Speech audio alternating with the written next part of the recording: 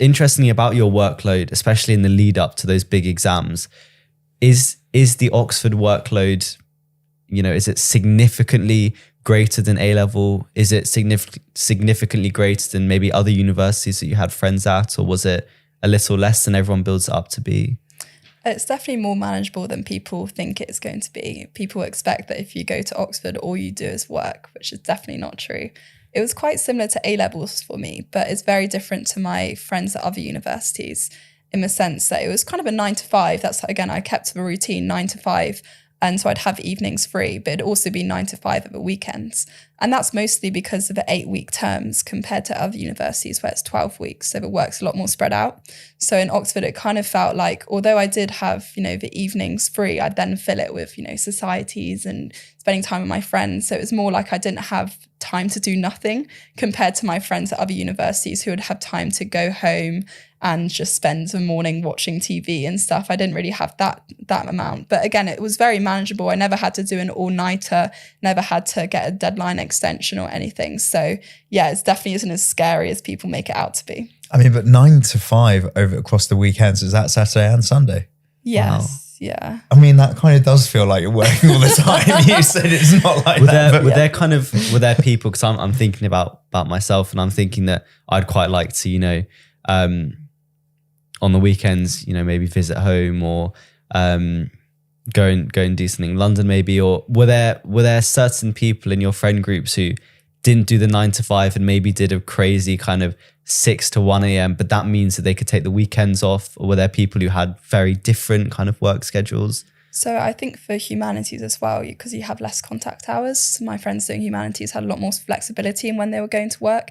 And also some of my friends were completely nocturnal. Again, you get to work whenever you want. I think that's the hard thing about university as well, is it's completely up to you.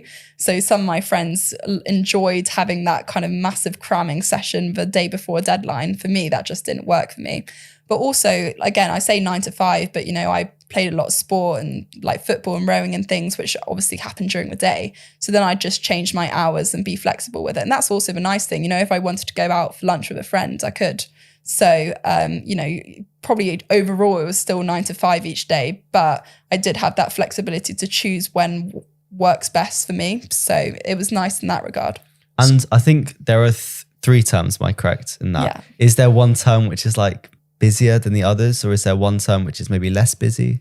I think it also depends on the subject. So some people have higher workloads in different terms. Obviously, I think for the last term, the summer term is busy because of exams and things, but that's also a great term because it's actually sunny for once, typical England. So again, I think it very much depends on the individual. Some of my friends only had like one course in a term and others had like 3. So then it would, they would be more busy in others. Yeah. And how many hours of tutorials, actual sort of like contact hours with your tutors do you have a week, roughly?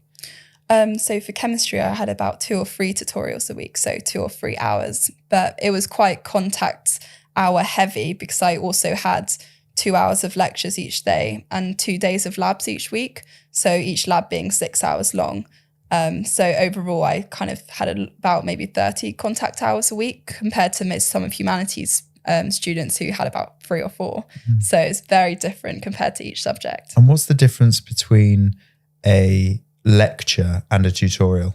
So a lecture, you're in a big lecture theatre. So I was with the other 180 people who did chemistry, and you'd have one person standing in the front, they talk about you about a subject. But tutorial, again, it was just based on in the college. So again, my tutors who I'd met at interviews, and it would just be an hour with 1 or 2 other students as well, talking about specific topics. And what happens in the labs?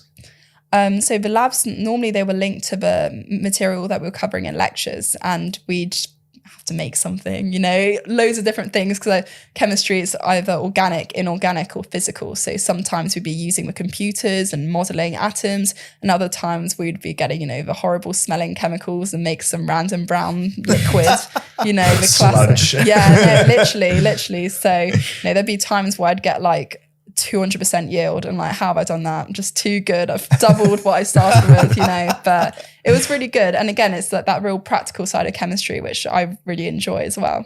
Would you say, was the labs your favorite part of learning at Oxford? Oh, to be honest, I was so stressed out in labs. It Oh, was, really? everything always went wrong. I think I really enjoyed it, but it was like 6 hours to do something which probably takes a bit more. And there'd always, you know, I'd always spill something. I'd always like throw my product down the sink by accident. You know, the classic, you spend 3 hours making something for it to just disappear, you know. So it was definitely not the most relaxing experience, but it was definitely unique, I'd say. Do you feel that you got better at it as you went through the years? Oh yes, for sure. I mean, I was still making mistakes like in my 4th year, but at least I kind of knew what to do when I made the mistakes compared to first year where I was just like, someone please help me. But so your cleaning up got better exactly, as you went along. Exactly. Got quicker at cleaning up.